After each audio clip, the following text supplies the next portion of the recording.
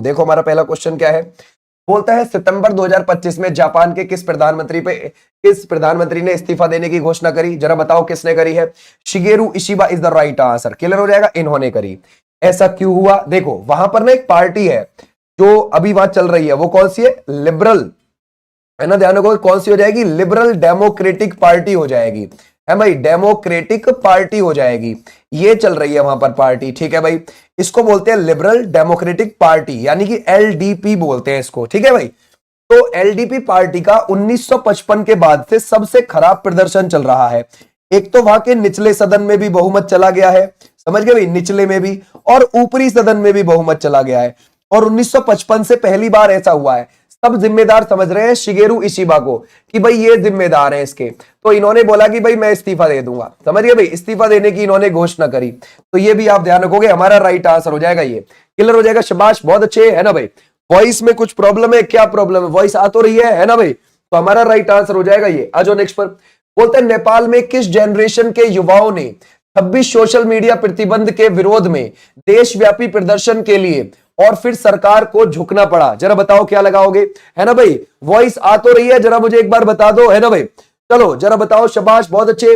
नेपाल में किस जनरेशन के युवाओं ने 26 सोशल मीडिया प्रतिबंध के विरोध में देशव्यापी प्रदर्शन किए और फिर सरकार को झुकना पड़ा है? जरा बताओ इसमें से क्या हो जाएगा, है ना भाई, बहुत अच्छे, है ना भाई। तो वो कौन है? जेनजी। जेनजी जो लोग हैं जो स्मार्टफोन के साथ रहते हो, ठीक है भाई, ध्यान रखोगे, स्मार्टफोन के साथ रहते हो, जो सोशल मीडिया से जुड़े हुए हो, सोशल मीडिया से जुड़े हो, जिनका जन्म 1997 से लेकर और 2012 के बीच हुआ हो। कुछ विद्वान इनको 1995 से लेकर और 2010 के बीच में भी मानते हैं, ठीक है भाई। तो हमारा राइट आंसर हो जाएगा ये। देखो यहां पर एक तो बेरोजगारी बहुत ज्यादा बढ़ रही थी, समझ गए, बेरोजगारी, ऊपर से भ्रष्टाचार भी बढ़ रहा था, है ना भाई, भ्रष्टाचार ये भी थी, ऊपर से भुखमरी बढ़ती जा रही थी। और जो ये नेता लोग थे उनके जो बच्चे हैं, है ना भाई, जिनको हम बोल सकते हैं नेपो किड, वो दूसरे देशों में जाके अपनी लग्जरी लाइफ दिखा रहे थे और पोस्ट कर रहे थे सोशल मीडिया पे कि देखो हम तो बहुत चांदी से जी रहे हैं। तो बुरा लग रहा था पूरे देश की जनता को। और देश की जो जनरेशन है, नई नई जेन जी, वो भड़क गए और भड़क के विरोध प्रदर्शन किया और वहां की सरकार गिरा दी। ओके भाई, ध्यान रखोगे, वहां की सरकार गिरा दी। आ जाओ भाई नेक्स्ट पर। बोलता है इस्लाम, ये बोल रहा है इलाहाबाद में 1857 के विद्रोह का नेतृत्व किसने किया। हम 1857 का विद्रोह देख रहे हैं, ठीक है भाई। कहां पर देख रहे हैं? हम देख रहे हैं इलाहाबाद के अंदर, ठीक है भाई, इलाहाबाद के अंदर। इलाहाबाद को अब हम क्या बोलते हैं? प्रयागराज बोलते हैं, ठीक है भाई। तो हमारा राइट आंसर हो जाएगा कौन? क्या खान बहादुर खान लगाएंगे? नहीं, ये तो बरेली से नेतृत्व कर रहे थे 1857 की क्रांति का। लक्ष्मीबाई और तात्या टोपे ये झांसी से नेतृत्व कर रहे थे, ठीक है भाई। और अगर आप देखोगे कंवर सिंह कहां से कर रहे थे? बिहार से कर रहे थे, बिहार के जगदीशपुर से नेतृत्व कर रहे थे। तो फिर हमारा राइट आंसर क्या हो जाएगा?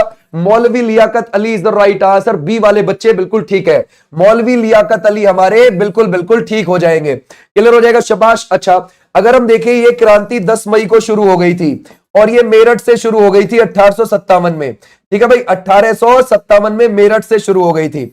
इसका जो प्रतीक था क्रांति का वो रोटी और कमल है, रोटी और कमल, ये भी आप ध्यान रखोगे, रोटी और कमल, ठीक है भाई। क्लियर हो जाएगा। 11 मई को क्रांतिकारी कहां पहुंच जाते हैं? दिल्ली पहुंच जाते हैं और दिल्ली में जाकर अंतिम मुगल सम्राट को पूरी क्रांति का नेता मान लेते हैं, पूरी क्रांति का नेता चुन लेते हैं, ये भी आप ध्यान रखोगे। क्लियर हो जाएगा। लेकिन वास्तव में बख्त खां के पास नेतृत्व था, ठीक है भाई, वास्तव में नेतृत्व बख्त खां के पास था, क्योंकि बहादुर शाह सेकंड जो थे ना, जो अंतिम मुगल सम्राट थे, वो है ना भाई बहुत ज्यादा बुजुर्ग थे, इस वजह से वो नेतृत्व ढंग में नहीं कर पा रहे थे। बोलता है विश्व जल दिवस हम कब मनाते हैं? जरा बताओ, हम किसकी बात कर रहे हैं? हम विश्व जल दिवस की बात कर रहे हैं। जरा बताना, विश्व जल दिवस। अगर आप देखोगे जो 21 मार्च है, 21 मार्च को हम क्या मनाते हैं? वानिकी दिवस मनाते हैं, है ना भाई। वानिकी दिवस बोल दो या फिर विश्व वन दिवस बोल दो आप, विश्व वन दिवस, ठीक है भाई। क्लियर हो जाएगा। लेकिन हमसे पूछ रहा है विश्व जल दिवस के बारे में, वो कब मनाते हैं? 22 मार्च को मनाते हैं विश्व जल दिवस। अच्छा, 1992 में यूनाइटेड नेशन ने यह बोल दिया था कि आप 1993 से इसको मना सकते हो, तो हम 1993 से मना रहे इसको, ठीक है भाई। क्लियर हो जाएगा। और इस बार 2025 में इसका थीम क्या था? वो था, ध्यान रखोगे, इसका विषय ग्लेशियर संरक्षण। क्या था? ग्लेशियर संरक्षण था। ये भी आप ध्यान रखोगे, ठीक है भाई, क्लियर हो जाएगा। ग्लेशियर संरक्षण, क्लियर है, बहुत अच्छे, ये ध्यान रखना। आज नेक्स्ट पर बोलता है औद्योगिकरण पर जोर देते हुए दूसरी पंचवर्षीय योजना किस वर्ष शुरू की गई थी? सेकंड 5 ईयर प्लान कब शुरू किया गया? देखो ये जो 5 ईयर प्लान है ना, ये यूएसएसआर में शुरू हुए थे। रशिया को पहले सोवियत संघ बोलते थे, तो वहां पर ये शुरू हुए थे। और ये कब शुरू हो गए थे सोवियत संघ में? ये हो गए थे 1928 में। वहां पर किसने शुरू किए? जोसेफ स्टालिन ने शुरू करे, जोसेफ स्टालिन ने। तो भारत में भी शुरू हुए 1951 से 1956 पहला वाला, और दूसरा 1956 से 1961, ऐसे ही चलते रहे। आखिरी वाला 2012 से 2017 के बीच में था। टोटल 12 5 ईयर प्लान थे हमारे यहां पर। अब पूछ रहा है हमसे कि दूसरी पंचवर्षीय योजना ये 1956 से लेकर 1961 के बीच रही है, और ये औद्योगिकरण पर जुड़ी हुई थी। तो ये किस वर्ष प्रारंभ हुई थी? ध्यान रखोगे, ये प्रारंभ हुई है 1900, ध्यान रखोगे, 56 में। और कब खत्म हुई है? 1961 में जाके खत्म हुई थी। क्लियर हो जाएगा, ऐसे आपने ध्यान रखना है। अच्छा, इसमें हमारा जो टारगेट था वो कितनी लक्ष्य वृद्धि दर थी? 4.5% हमारी लक्ष्य वृद्धि दर थी। ओके भाई, ध्यान रखोगे, ये हमारा लक्ष्य था। हासिल कितना किया? 4.2%।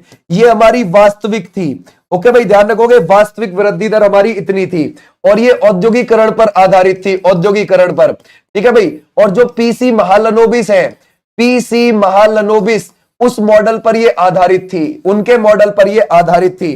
बोलता है भारत के उत्तरी भाग में रबी की अधिकतर फसलें निम्नलिखित में से किस महीने में काटी जाती हैं? जरा बताओ, रबी की फसलों के बारे में हमें बताना है। कौन सी रबी की फसल के बारे में हमें बताना है? ये जो रबी की फसल है, ये जनवरी से मार्च हो जाती है, जुलाई से सितंबर हो जाती है, अक्टूबर से दिसंबर हो जाती है, या फिर अप्रैल से जून हो जाती है? जरा बताओ इसमें से रबी की अधिकतर फसलें। ठीक है भाई, शाबाश, बहुत अच्छे। गड़बड़ कर रहे हो, वो क्या पूछ रहा है क्वेश्चन, ये देखो। ठीक है भाई, अगर आप देखोगे रबी की जो फसलें हैं, ये अक्टूबर, नवंबर, दिसंबर में बोई जाती हैं, यानी कि ये सर्दी में बोई जाती हैं। ठीक है। और अगर आप देखोगे ये कब आपकी काटनी शुरू होती है? ये अप्रैल के समय पर कटनी शुरू हो जाती है। तो अप्रैल से जून के बीच में आप इसको लगा सकते हो।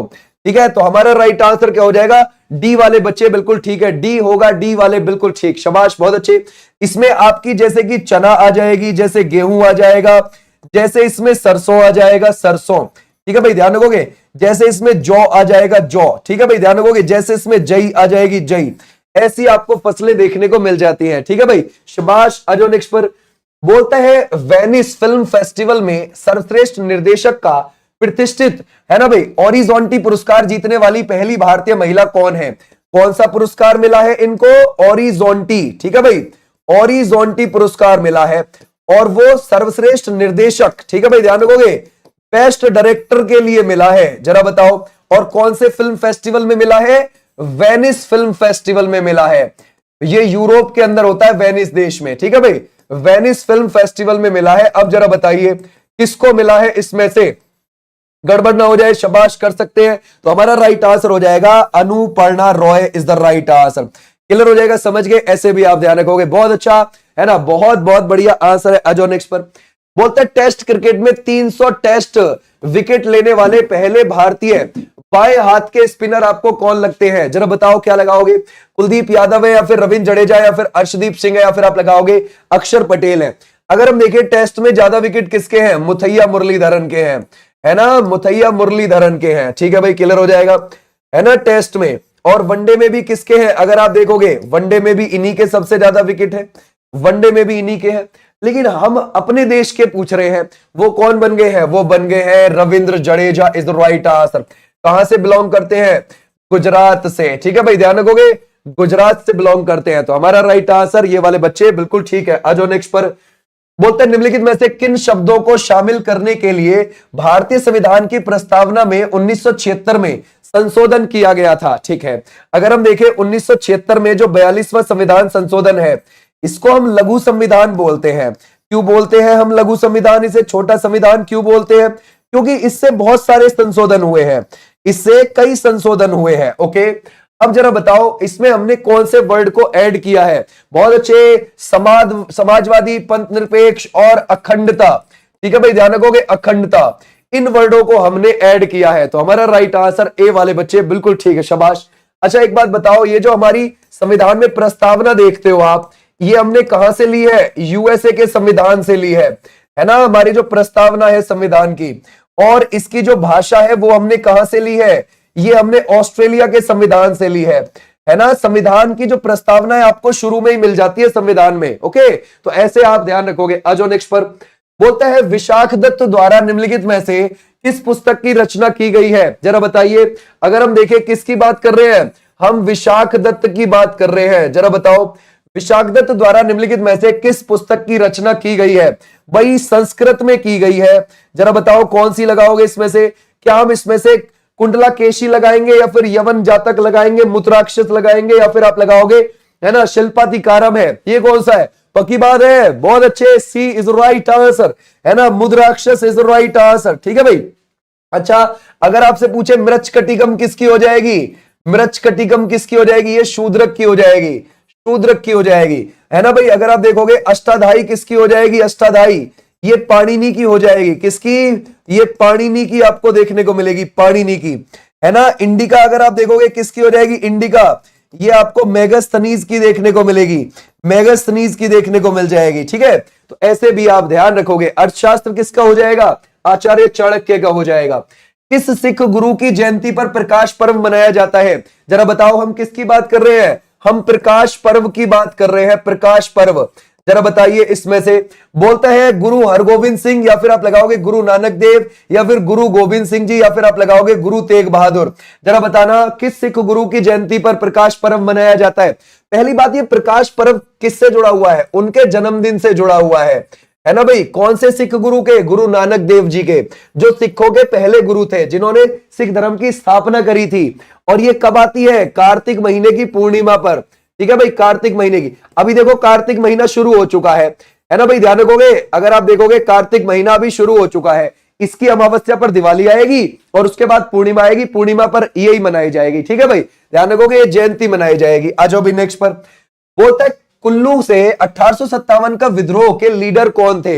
है ना? अगर हम देखें कहां से बात कर रहे हैं, हम कुल्लू से बात कर रहे हैं। कुल्लू कहां पर पड़ता है? ये हिमाचल प्रदेश में है। तो वहां से 1857 के विद्रोह के जरा बताओ लीडर कौन थे? क्या आप लगाओगे उज्जवल शाही है, या फिर आप लगाओगे राजा प्रताप सिंह है, या फिर आप लगाओगे है ना अब्दुल अली खान है, या फिर आप लगाओगे मौलवी लियाकत अली है? ये कौन थे? देखो 1857 की क्रांति से, जैसे हम बोले पंजाब से कौन थे? वो हो जाते हैं गुरु राम सिंह जी नेतृत्व कर रहे थे, है ना? क्लियर हो जाएगा। जैसे गोवा से कौन नेतृत्व कर रहे थे? दीपू जी राणा कर रहे थे, दीपू जी राणा कर रहे थे। ऐसे ही कुल्लू से कौन नेतृत्व कर रहे थे? हिमाचल प्रदेश से वो राजा प्रताप सिंह कर रहे थे। कौन कर रहे थे? राजा प्रताप सिंह कर रहे थे। तो ऐसे भी आप ध्यान रखोगे। बिहार से कौन कर रहे थे? कुंवर सिंह और अमर सिंह कर रहे थे, है ना भाई? ध्यान रखोगे। कौन? कुंवर सिंह और अमर सिंह, उनके भाई। ठीक है भाई, वो दोनों कर रहे थे, अमर सिंह। क्लियर हो जाएगा। ऐसे ही अगर आपसे पूछे बागपत से कौन नेतृत्व कर रहे थे? है ना भाई, बागपत से कौन नेतृत्व कर रहे थे? बाबा शाहमल कर रहे थे, बाबा शाहमल नेतृत्व कर रहे थे। और मुजफ्फरनगर से कौन नेतृत्व कर रहे थे? भगवान सिंह कर रहे थे, भगवान सिंह, है ना भाई? क्लियर हो जाएगा। आगरा से कौन कर रहे थे? वो कर रहे थे देवी सिंह। ठीक है भाई, देवी सिंह नेतृत्व कर रहे थे। तो ऐसे आप ध्यान रखोगे। क्लियर है। हरदयाल जयदयाल कहां से कर रहे थे? हरदयाल और जयदयाल कोटा से कर रहे थे। कोटा कहां पर पड़ता है? वो पड़ता है राजस्थान में, चंबल के किनारे। आ जाओ नेक्स्ट पर। बोलता है संयुक्त राष्ट्र यूनाइटेड नेशन की वर्ल्ड हैप्पीनेस इंडेक्स 2025 के अनुसार खुशहाल देशों की भारत की रैंकिंग जरा बताइए, उसमें भारत की क्या है? ठीक है भाई, शाबाश। अगर हम देखें 12 है, या फिर आप लगाओगे 118, या फिर आप लगाओगे 126, 167। ओके, हम देख रहे हैं यूनाइटेड नेशन। ठीक है, यूनाइटेड नेशन की आई है रिपोर्ट, यूनाइटेड नेशन ने जारी करी है वर्ल्ड हैप्पीनेस इंडेक्स। ठीक है भाई, WHI। ओके, अब इसमें जरा बताइए कि इसमें क्या रैंकिंग आपको लगती है? शाबाश, बहुत अच्छे। अगर हम देखें 2025 में कितने देशों पर आई है? 147 देशों पर आई है। कितने देशों पर आई है? 147 देशों पर आई है 2025 में। और लास्ट में कौन है? अफगानिस्तान है ना भाई? अफगानिस्तान है। फर्स्ट पर कौन है? वो आपको मिलेगा फिनलैंड, और फिनलैंड 8वीं बार टॉप पर आया है, 8वीं बार टॉप है वो। ठीक है भाई।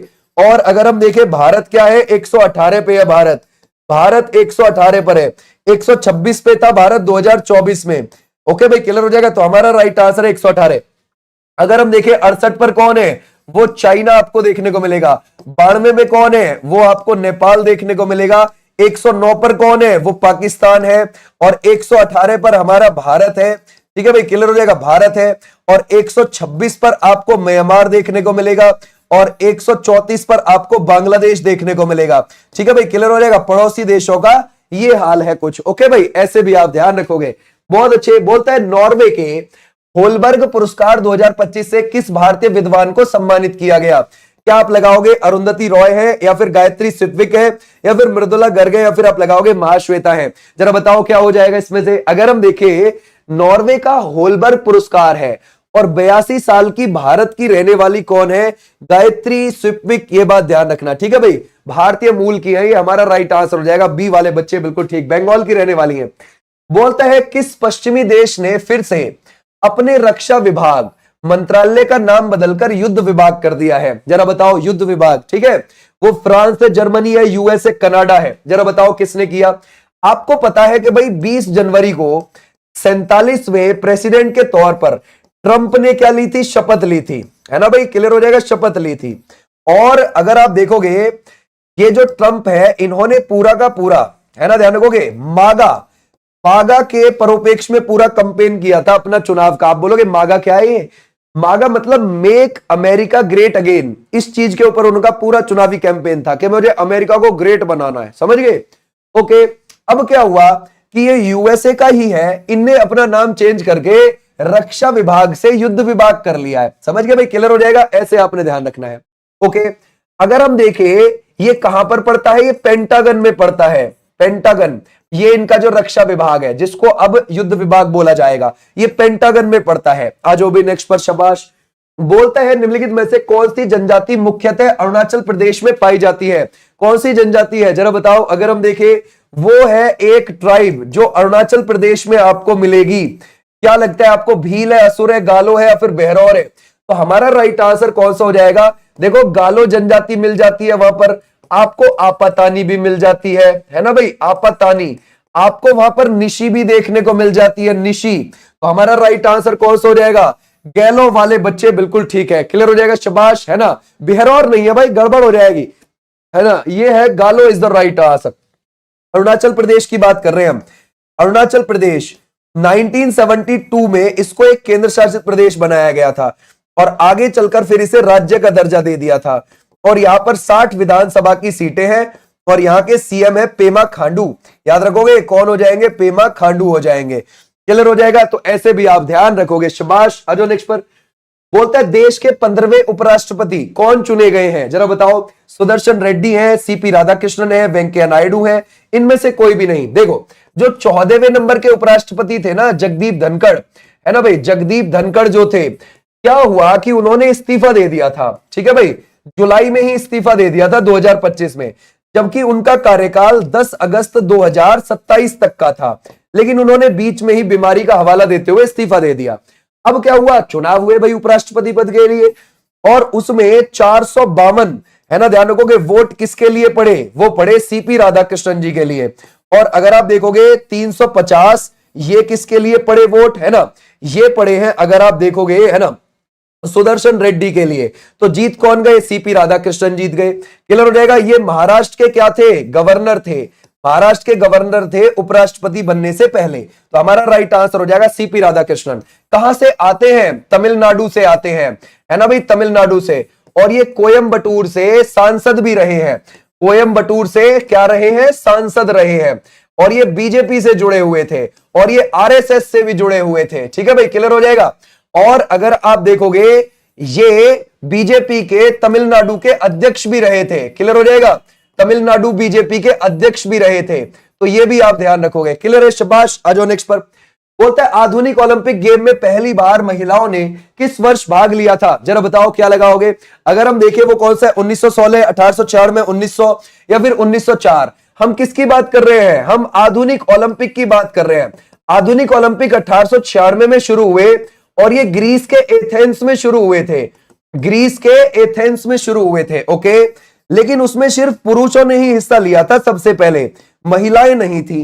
तो महिलाएं कौन से आई हैं? जरा बताओ क्या लगाओगे, है ना भाई। बहुत अच्छे, है ना। महिलाएं आई हैं 1900 वाले से, जब ये फ्रांस के पेरिस में खेला गया था वहां से आई थी महिलाएं, ठीक है भाई, क्लियर हो जाएगा। ऐसे आपने ध्यान रखना है। आपको पता है जब ये फ्रांस के पेरिस में 1900 में खेला गया, 997 खिलाड़ियों ने हिस्सा लिया, उसमें से 22 वुमेन थी। ओके भाई, 22 महिलाएं थी। तो हमारा राइट आंसर क्या हो जाएगा, 1900 इज द राइट आंसर। आ जाओ भाई नेक्स्ट पर। बोलता है वर्ष 2025 में डीआरसी कांगो में इबोला का एक नया प्रकोप सामने आया है। ये क्या है इबोला? क्या आपको एक बैक्टीरिया लगेगा, वायरस, या फिर अमीबा, या फिर इनमें से कोई भी नहीं? जरा बताओ क्या लगाओगे। देखो ऐसा है, यहां पर ये है अफ्रीका महाद्वीप। अफ्रीका महाद्वीप पे 54 देश है, उसमें से एक यहां पर डीआरसी देश पड़ता है, डीआरसी कॉन्गो। डीआरसी क्या है? ये democratic Republic of Congo, DRC बोल देते हैं शॉर्ट में, ठीक है भाई। तो यहां पर इस देश में ये एक वायरस फिर से फैल गया है, 15 लोगों की मृत्यु हो चुकी है, समझ गए। और ये 16वीं बार इस देश में फैला है, 16वीं बार इस देश में फैला है, ये भी आप ध्यान रखोगे। इसी देश में इसकी खोज भी हुई थी 1976 में, 1976 में इसकी खोज हुई थी, ये भी आप ध्यान रखोगे। कौन से वायरस की? इबोला वायरस की, इसी देश में, ठीक है भाई। तो ऐसे भी आप ध्यान रखोगे। आ जाओ नेक्स्ट पर। निम्नलिखित में से कौन सा तंतु स्वरी प्रकार का वाद्य यंत्र है? हम किसकी बात कर रहे हैं? हम तंतु स्वरी की बात कर रहे हैं। जरा बताओ क्या आपको लगता है दहारा, एकतारा, घाटम या फिर इक्कलम? ये तंतु स्वरी मींस अगर आप देखोगे तार वाला, है ना भाई, ध्यान रखोगे तार वाला, यानी कि आपको तार वाला ढूंढना है। इसमें से कौन सा लगता है तार वाला? ठीक है भाई, शाबाश, बहुत अच्छे, कर सकते हैं। तो हमारा राइट आंसर कौन सा हो जाएगा? Ektara is the right answer. Okay भाई, ektara is the right answer, बहुत अच्छा, है ना भाई, कर सकते हैं आराम से। 1857 में खुर्दा का विद्रोह निम्नलिखित में से किस क्षेत्र में किया गया था? हम किसकी बात कर रहे हैं? हम खुर्दा के विद्रोह की बात कर रहे हैं, खुर्दा के विद्रोह की बात कर रहे हैं। खुर्दा का जो विद्रोह था ये 1817 का है, ठीक है भाई, क्लियर हो जाएगा, 1817 का। और ये उड़ीसा वाले क्षेत्र में हुआ था। और किस लिए हुआ था? बढ़ती लगान की वजह से, बढ़ती लगान की वजह से। किसके विरुद्ध हुआ था? अंग्रेजों के विरुद्ध हुआ था, है ना भाई, अंग्रेजों के विरुद्ध हुआ था। अब जरा बताओ, हमारा राइट आंसर है उड़ीसा, ठीक है भाई, क्लियर हो जाएगा। अच्छा, इसको लीड किसने किया था? कौन बच्चा बता सकता है? इसको किया था, अगर आप देखोगे इसमें से, है ना, बख्शी जंगबंधु ने, ठीक है भाई, ध्यान रखोगे, बख्शी जंगबंधु, ये भी आप ध्यान रखोगे, इन्होंने किया था। असल में इस खुर्दा विद्रोह को हम पाइका विद्रोह बोलते हैं, समझ गए, क्योंकि इसमें पाइका जनजाति के लोग थे, ठीक है भाई, क्लियर हो जाएगा। तो इसको हम पाइका विद्रोह भी बोल देते हैं। ये खुर्दा जगह पर हुआ था, उड़ीसा में, ठीक है भाई। आ जाओ नेक्स्ट पर। बोलते हैं भारतीय संविधान की निम्नलिखित में से कौन सी विशेषता आयरलैंड के संविधान से ली गई है? कहां से ली गई है? आयरलैंड से ली गई है। ये जो आयरलैंड है कहां का देश है? यूरोप का देश है, ठीक है भाई। वहां के संविधान से कौन सी चीज ली है? क्या हमने समवर्ती सूची ली है? सर हमने, ये जो आप देख रहे हो समवर्ती सूची, ये तो हमने ऑस्ट्रेलिया के संविधान से ली है। क्या कानून का शासन? ये तो हमने जापान से ली है, ठीक है भाई, ध्यान रखोगे, जापान से। मूल अधिकार, ये तो हमने यूएसए से लिए हैं। तो हमारा राइट आंसर है डीपीएसपी, ठीक है भाई। कौन सा हो जाएगा? डीपीएसपी हो जाएगा। डीपीएसपी हमने आयरलैंड से लिए हैं और हमारे संविधान के भाग 4 में है। और आर्टिकल आपको देखने को मिलेगा 36 से 51 के बीच में, ठीक है भाई। आ जाओ नेक्स्ट पर। यूनाइटेड किंगडम के नए उप प्रधानमंत्री कौन बन गए हैं? यूके के, वो बन गए हैं इसमें से एंजेला रेनर, या फिर आप लगाओगे कीर वार्मर, या फिर डेविड लेमी, या फिर आप लगाओगे स्टीव रीड। देखो यूनाइटेड किंगडम की बात कर रहा है। यूनाइटेड किंगडम में कौन कौन से देश आते हैं? जैसे कि इसमें इंग्लैंड आता है, ठीक है भाई, ध्यान रखोगे, इंग्लैंड है, स्कॉटलैंड है ना, स्कॉटलैंड है, प्लस वेल्स है, और इसमें आयरलैंड का उत्तरी क्षेत्र भी आता है, यानी कि उत्तरी आयरलैंड भी आता है। इनको मिलाकर बनता है, इन चारों क्षेत्र को मिलाकर बनता है यूनाइटेड किंगडम। अब यूनाइटेड किंगडम के उप प्रधानमंत्री कौन बने हैं? जरा बताओ।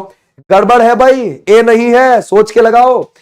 ए वाले जो है इन्होंने तो इस्तीफा दे दिया, टैक्स चोरी का आरोप लगे थे इन पर, समझ गए, किसके? टैक्स चोरी के आरोप लगे इनके ऊपर, तो इन्होंने तो दे दिया इस्तीफा। तो अब जो है वो डेविड लेमी आए हैं, ठीक है भाई, ध्यान रखोगे, डेविड लेमी आए हैं नए नए, क्लियर हो जाएगा, शाबाश, बहुत अच्छे। बोलते हैं निम्नलिखित स्वतंत्रता सेनानियों में से किसने इंडिया विंस फ्रीडम नामक आत्मकथा लिखी है?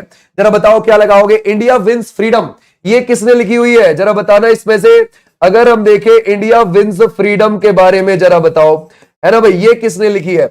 उन्होंने ही लिखी है जिनका जन्म 11 नवंबर 1888 को हुआ था, है ना। और जरा बताओ, और वो हमारे आजाद भारत के पहले आजाद भारत के पहले शिक्षा मंत्री थे। क्या थे? पहले शिक्षा मंत्री थे। अब जरा बताइए वो कौन हो जाते हैं? हमारा राइट आंसर है ना भाई, शाबाश, कर सकते हैं। क्या हम लगाएं? एपीजे नहीं है, ठीक है भाई, गड़बड़ हो जाएगा। वो है अब्दुल कलाम आजाद, ठीक है भाई, जिनको हम अबुल कलाम आजाद भी बोलते हैं, ये अलग है, समझ गए? इंडिया विंस फ्रीडम इनकी है, समझ गए भाई, क्लियर है? एपीजे नहीं, वो दूसरे हैं जो आप बोल रहे हो, उनकी तो विंग्स ऑफ फायर है, ठीक है भाई। तो हमारा राइट आंसर हो जाएगा ये वाले बच्चे, बिल्कुल ठीक, अबुल कलाम आजाद। बोलता है मुंद्रा बंदरगाह आपको भारत में कहां पर लगता है? जरा बताओ क्या है। अगर हम देखें इसमें से मुंद्रा बंदरगाह, ये मुंद्रा पोर्ट के बारे में जरा बताना है। क्या आपको महाराष्ट्र लगेगा, केरल लगेगा, या फिर गुजरात लगेगा, या फिर आंध्र प्रदेश लगेगा? ये जो आपको लगता है मुंद्रा पोर्ट, देखो भाई मुंद्रा बंदरगाह कहां है, यहां पर आपको देखने को मिलेगा। मुंद्रा किसका है? ये गुजरात का है ना, और ये एक निजी क्षेत्र का बंदरगाह है, इसको अडानी ग्रुप के द्वारा यूज किया जाता है, ठीक है भाई। यहां पर है, कच्छ की खाड़ी पड़ती है यहां पर, इसमें है ये बंदरगाह। तो हमारा राइट आंसर क्या हो जाएगा? ये, ठीक है भाई, क्लियर हो जाएगा, अडानी पोर्ट के द्वारा ये यूज किया जाता है। जून 2020 में भारतीय सेना ने किस राज्य केंद्र शासित प्रदेश में स्थित खालूबार युद्ध स्मारक को पर्यटकों के लिए खोल दिया? ये कहां है? उत्तराखंड, लद्दाख, गोवा, जम्मू कश्मीर, ये कहां पर आपको देखने को मिलेगा? जरा बताओ क्या लगाओगे इसमें से। अगर हम देखें उत्तराखंड, साल 2000 में इसका गठन किया गया है ना, और लद्दाख इसका कब? 31 अक्टूबर 2019 को केंद्र शासित प्रदेश के तौर पर गठन हुआ है। गोवा को 1987 में पूर्ण राज्य का दर्जा दिया गया, और जम्मू एंड कश्मीर इसको 31 अक्टूबर 2019 को एक केंद्र शासित प्रदेश का दर्जा दिया गया। तो हमारा राइट आंसर क्या हो जाएगा? लद्दाख के अंदर है ये। कहां पर है? Ladakh is right answer. बहुत अच्छे, आ जाओ भी नेक्स्ट पर। बोलते हैं निम्नलिखित में से कौन संध्याकर नंदी की संस्कृत की एक ऐतिहासिक कविता रामचरित का नायक है? जरा बताओ क्या लगाओगे, है ना? संध्याकर नंदी, ठीक है भाई, क्लियर हो जाएगा। संध्याकर, है ना भाई, जो संध्याकर नंदी है उनकी संस्कृत की एक ऐतिहासिक कविता रामचरित का नायक कौन है? वो जो रामचरित लिखी है उन्होंने किसके ऊपर लिखी है? रामपाल के ऊपर। ये पाल वंश का आखिरी महान शासक था, है ना भाई, पाल वंश का आखिरी महान शासक था ये भी आप ध्यान रखोगे। पाल वंश बंगाल के क्षेत्र में चलता था। किधर चलता था? बंगाल की तरफ।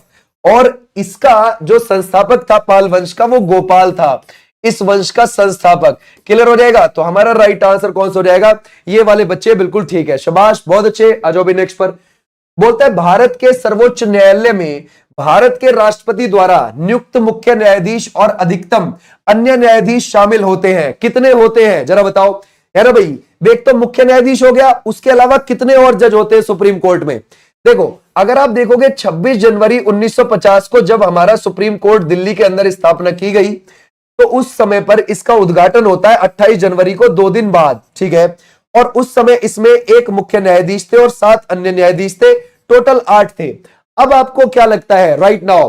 तो वो हो जाएगा, एक तो है ही मुख्य न्यायाधीश हमारे, उनके अलावा 33 हो गए, टोटल 34 जज हो गए। तो हमारा राइट आंसर हो जाएगा ये। और जो हमारे सुप्रीम कोर्ट है, वो 124 से लेकर 147 आर्टिकल में मिलेगा और संविधान के भाग 5 में मिलेगा। सुप्रीम कोर्ट के जज 65 वर्ष की उम्र पर रिटायर होते हैं, है ना। आ जाओ भी नेक्स्ट पर। बोलता है फ्रांस में 2 साल में चौथे प्रधानमंत्री को पद छोड़ना पड़ा। सितंबर 2025 में संसद ने किस पीएम को पद से हटा दिया? जरा बताओ किसको हटा दिया? अगर आप देखोगे इमैनुअल मैक्रोन है, या फिर आप लगाओगे सेबेस्टियन लोकर्नू है, या फिर मिशेल बर्नियर है, या फिर आप लगाओगे फ्रांसवा बायरू है। जरा बताओ, इस्तीफा दे दिया है ना भाई, इस्तीफा दे दिया है। जरा बताइए किसने दे दिया? अविश्वास प्रस्ताव लाया गया था उनके खिलाफ, समझ गए? क्या लाया गया था? अविश्वास प्रस्ताव लाया गया था उनके खिलाफ।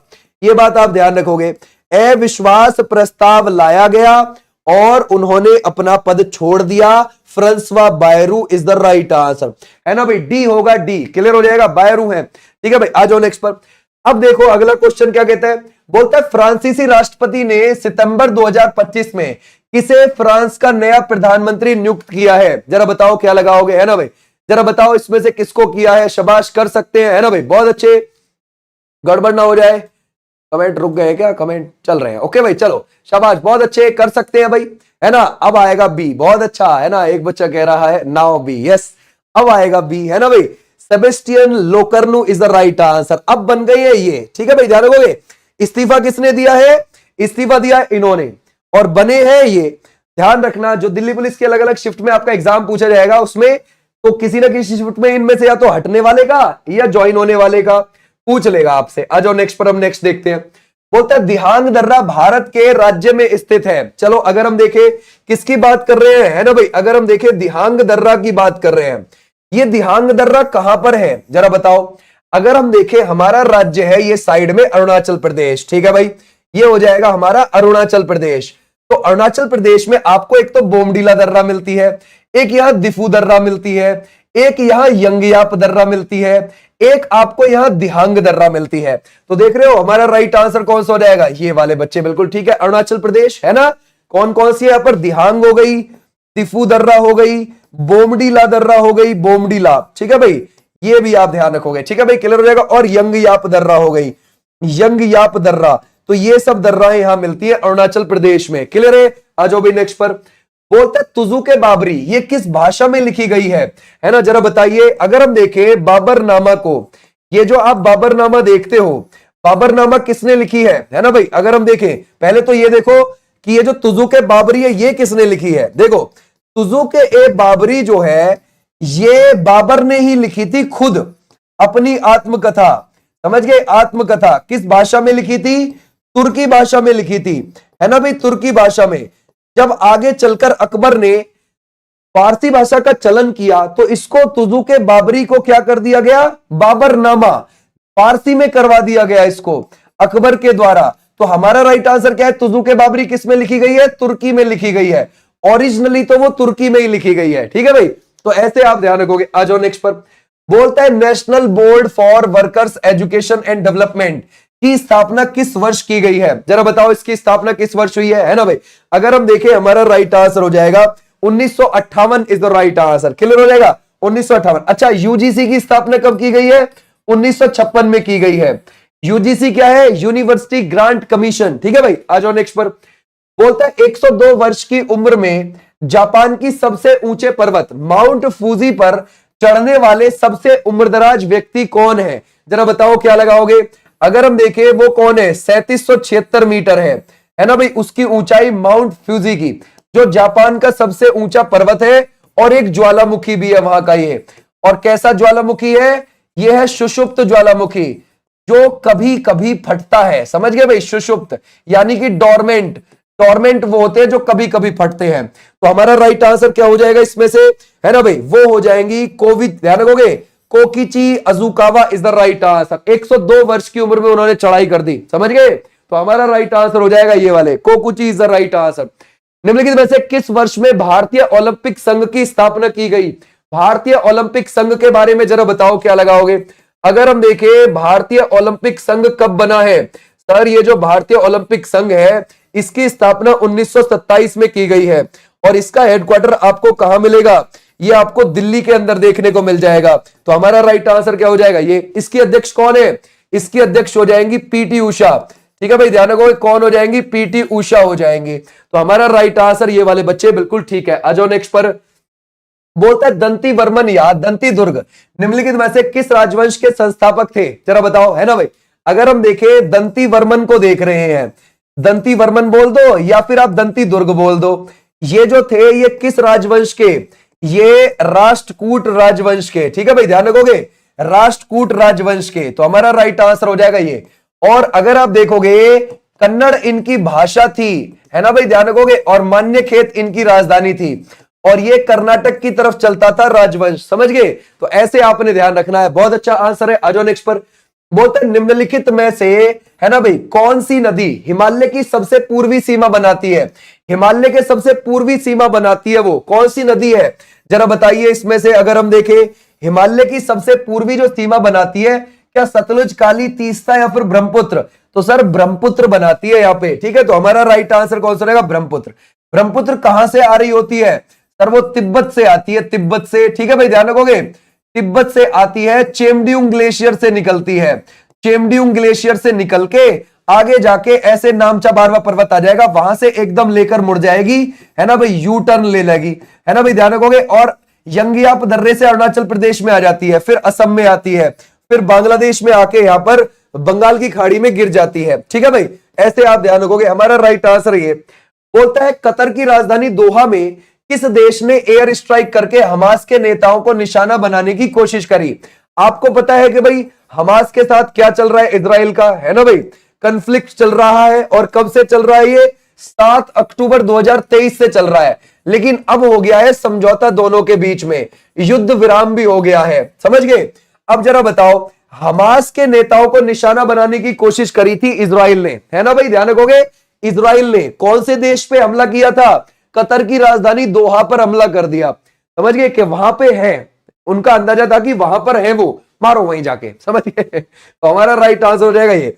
इसने किस किस को मारा है? आपको पता है भाई, इसने फिलिस्तीन को मारा, समझ गए, और गजा को बिल्कुल बेकार कर दिया। जो उसका गजा शहर है उसको बिल्कुल खराब कर दिया। इसने ईरान को भी मारा, समझ गए भाई। इसने यमन देश में जो हूती लोग हैं उनको भी मारा, समझ गए भाई। हूती विद्रोह करते हैं ना हूती लोग यमन देश के, तो ध्यान रखोगे, उनको भी मारा। कतर में भी मारा इसने, समझ गए आप लोग। तो सोचने वाली बात है। Israel is right answer. आ जाओ नेक्स्ट पर। बोलता है भारतीय संविधान के किस अनुच्छेद में राज्य विधानमंडल में राज्य के महाधिवक्ता के बोलने के अधिकार के बारे में उल्लेख है? देखो, राज्य का जो एडवोकेट जनरल होता है ना भाई, राज्य का, अब वो बोलेगा राज्य की विधानमंडल के अंदर, वहां की विधान परिषद में भी और वहां की विधानसभा में सिर्फ बोलने का अधिकार है, उसे वोट डालने का नहीं है। वोट डालने का नहीं है। जैसे हम कह देते हैं अटॉर्नी जनरल जो हमें केंद्र में मिलता है, अटॉर्नी जनरल केंद्र में आर्टिकल 76 में है, वो बोल सकता है लोकसभा राज्यसभा में, लेकिन वोट नहीं डाल सकता। ऐसी राज्य के अंदर भी है एडवोकेट जनरल, है ना भाई, वो विधान परिषद विधानसभा में बोल सकता है, वोट नहीं डाल सकता। किस में आ जाएगा? 177 में आ जाएगा, ठीक है भाई। और इसकी नियुक्ति किस आर्टिकल में है?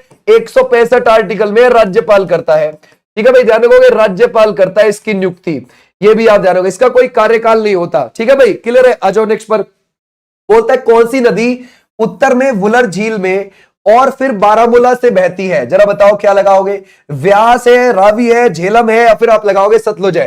कौन सी नदी है जो वुलर झील के पास से होकर गुजर जाती है?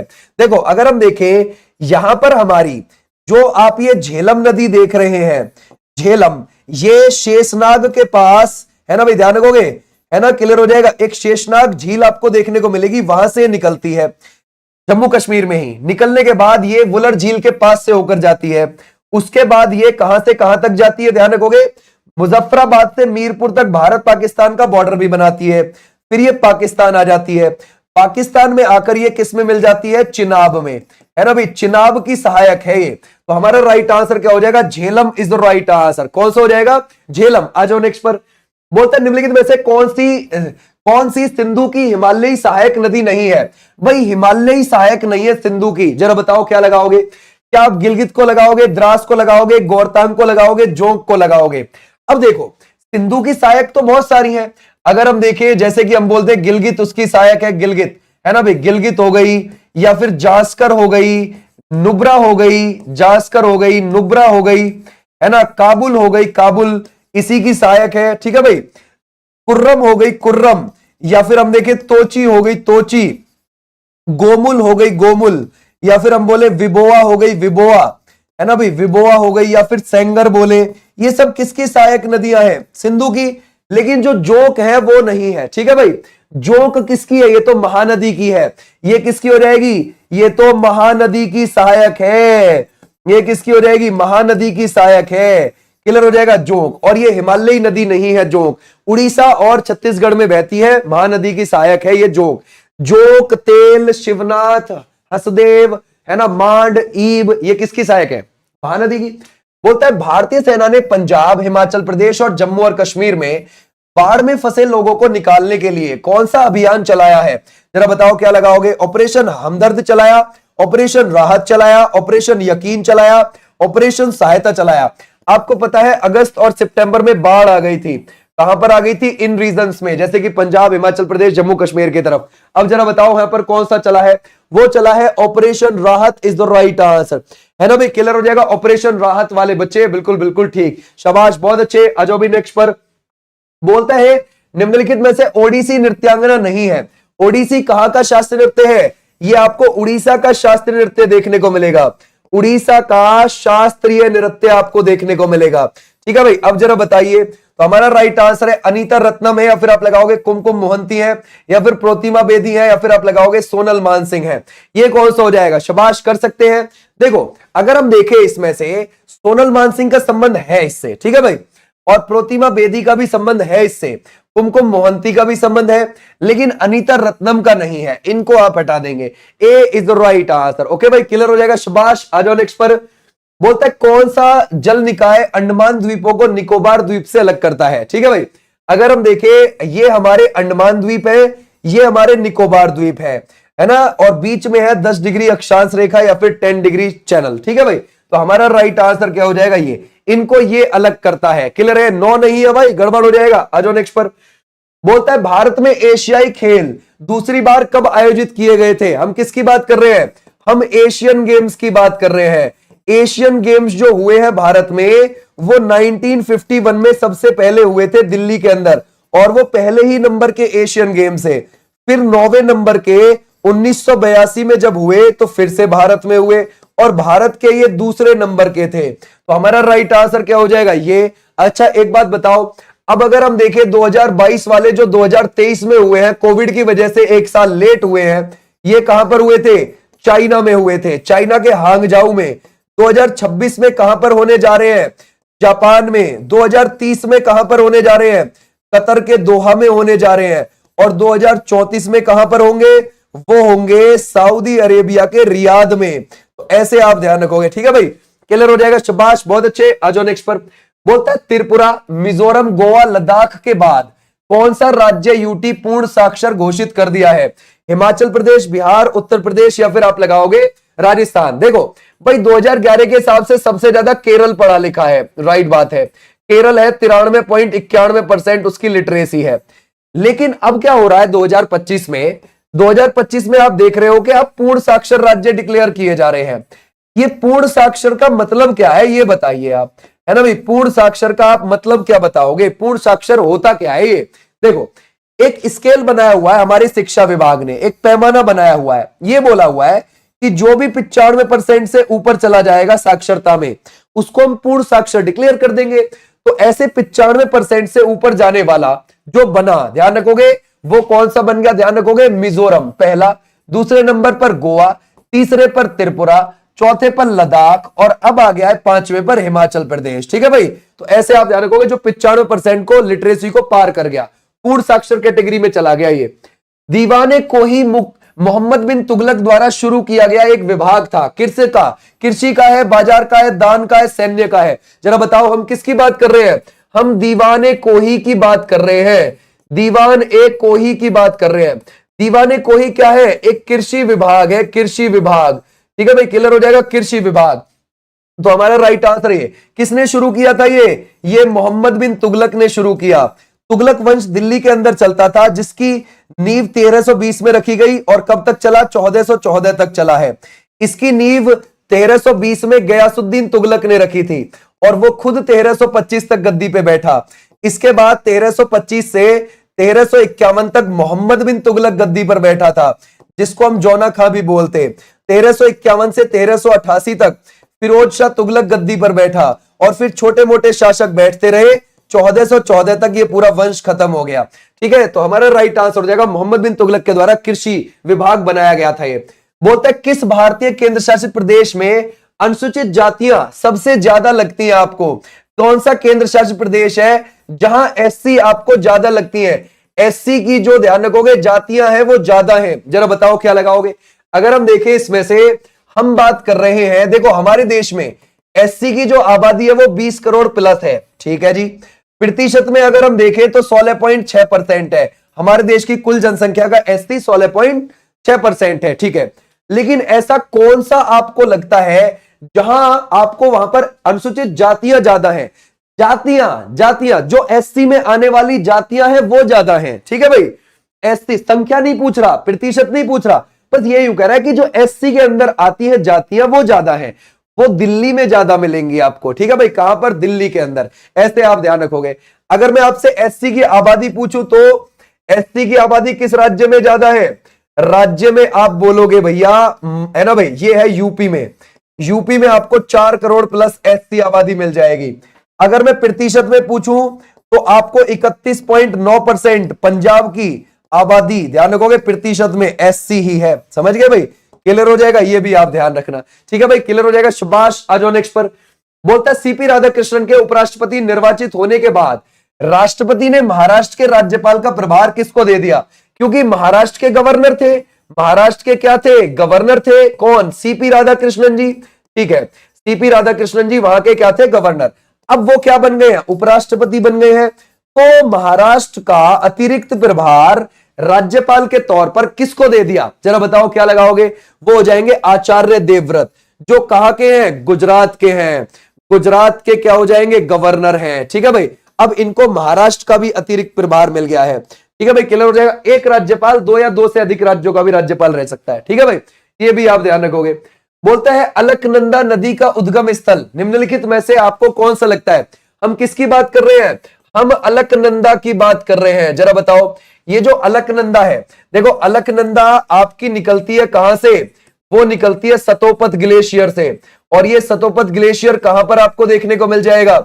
ये उत्तराखंड में आपको देखने को मिल जाएगा। ठीक है भाई, वहां से निकलती है। और जो भागीरथी नदी है, भागीरथी कहां से निकलती है? वो निकलती है गंगोत्री से। ठीक है भाई, और ये दोनों कहां मिल जाती है? देवप्रयाग में मिल जाती है, उत्तराखंड में ही। और वहीं से इसका नाम गंगा पड़ जाता है। वहीं से क्या पड़ जाता है? गंगा। तो हमारा राइट आंसर क्या हो जाएगा? अलकनंदा कहां से आएगी? सतोपत ग्लेशियर से आएगी। क्लियर हो जाएगा, शाबाश। आ जाओ नेक्स्ट पर।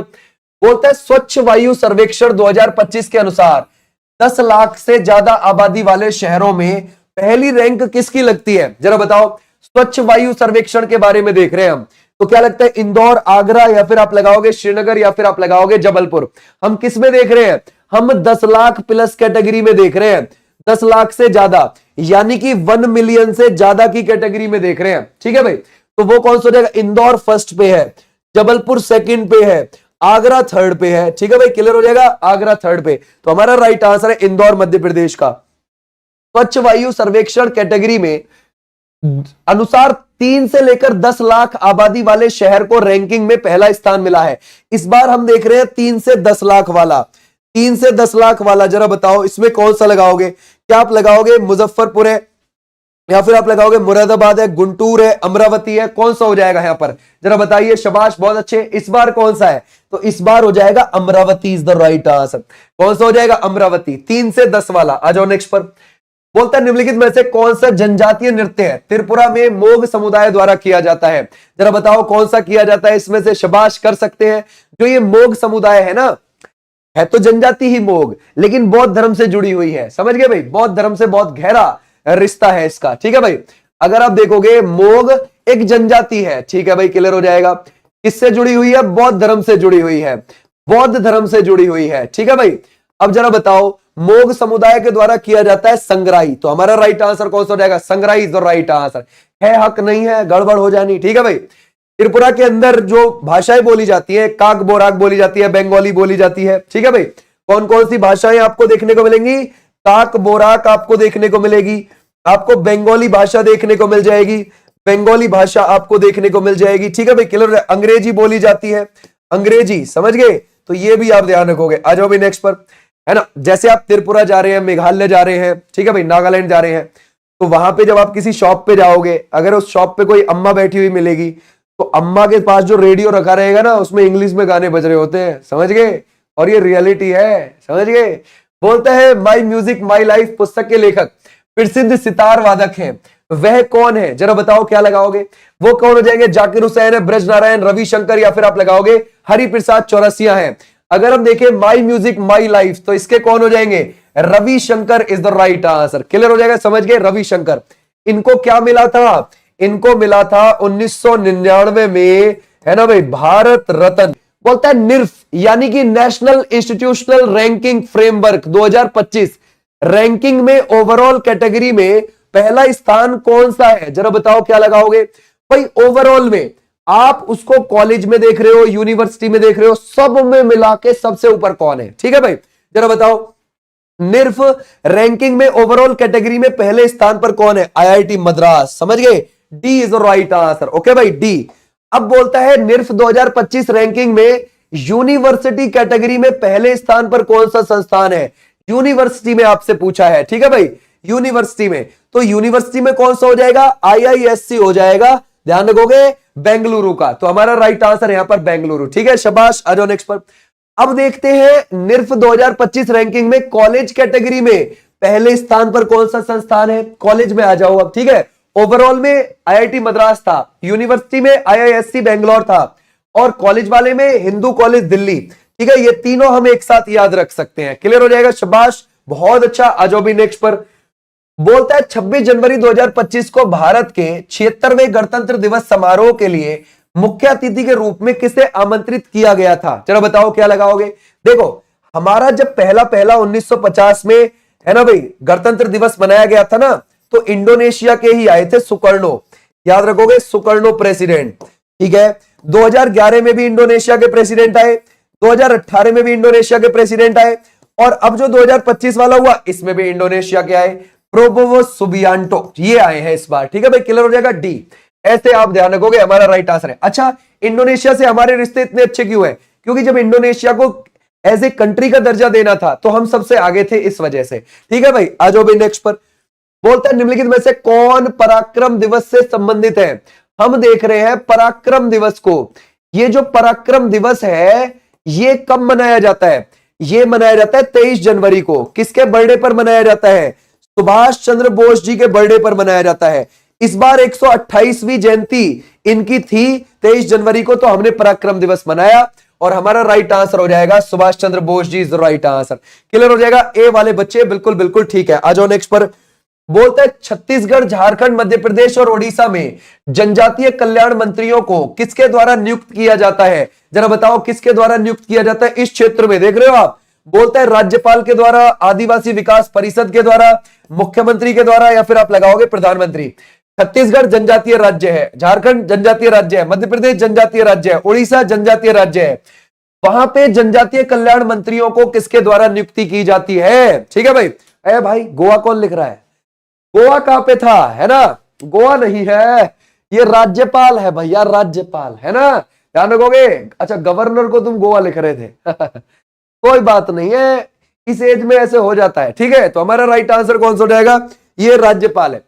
बोलता है बीपीओ का पूर्ण रूप क्या है, जरा बताओ। बीपीओ है ना भाई, शाबाश, बहुत अच्छे, कर सकते हैं। बीपीओ क्या होता है जरा बताओ। क्या आप लगाओगे बिजनेस प्रोसेस आउटसोर्सिंग, या फिर आप लगाओगे बाइंग प्रोसेस आउटसोर्सिंग, या फिर आप लगाओगे बिजनेस प्रोडक्ट आउटसोर्सिंग है, या फिर आप लगाओगे बिजनेस प्रोसेस आउटकम। ये कौन सा हो जाएगा जरा बताओ, शाबाश, बहुत अच्छे, है ना, बहुत अच्छा, कर सकते हैं। ए वाले बिल्कुल ठीक है, बिजनेस प्रोसेस आउटसोर्सिंग क्या है ये, देखो इसको बीपीओ को हम क्या बोलते हैं। मान के चलो भाई एक बहुत बड़ी कंपनी है, ठीक है, अब वो बहुत बड़ी कंपनी अपना कुछ काम है ना किसी दूसरी कंपनी को सौंप दे, समझ गए, कि भाई मेरा ये 10% का हिस्सा तू संभाल और इससे पैसा कमा के दे, ठीक है भाई। तो हम उसको बोलते हैं बिजनेस प्रोसेस आउटसोर्सिंग। तख्ता पलट के बाद अंतरिम और पहली महिला प्रधानमंत्री कौन बनी है, जरा बताओ। भंडारी वर्मा, पंकजा खोरकी, या फिर आप लगाओगे इसमें से विमुक्ता शाही, या फिर सुशीला किर्की है, जरा बताओ।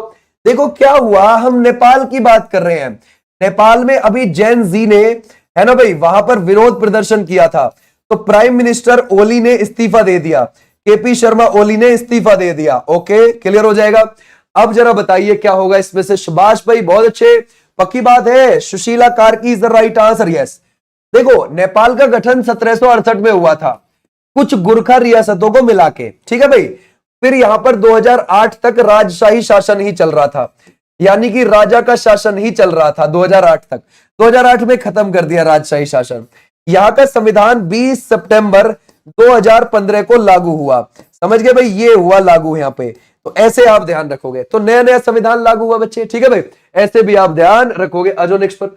बोलता है निम्नलिखित में से कौन सा अनुच्छेद शोषण के विरुद्ध अधिकार से संबंधित है, जरा बताओ। शोषण के विरुद्ध अधिकार कौन सा आएगा हमारा। अगर हम देखें शोषण के विरुद्ध अधिकार को आप देख रहे हो, ठीक है भाई, क्लियर हो जाएगा। शोषण के विरुद्ध अधिकार ये आपको 23 और 24 में देखने को मिलता है, हमारा राइट आंसर है। 23 में बोला गया है कि जबरन बदवा मजदूरी नहीं करवाएंगे किसी से, किसी का देह व्यापार नहीं कर सकते। और 24 में बोला गया है क्या चीज, 24 में यह बोली गई है कि भैया 14 वर्ष से कम के बच्चों को भट्टे या कारखाने पर कार्य नहीं करने दिया जाएगा, ठीक है भाई, क्लियर हो जाएगा। शाबाश, आ जाओ भाई नेक्स्ट पर। बोलता है निम्नलिखित में से कौन सी ट्रॉफी या फिर कप फुटबॉल से संबंधित है, जरा बताओ क्या लगाओगे, है ना।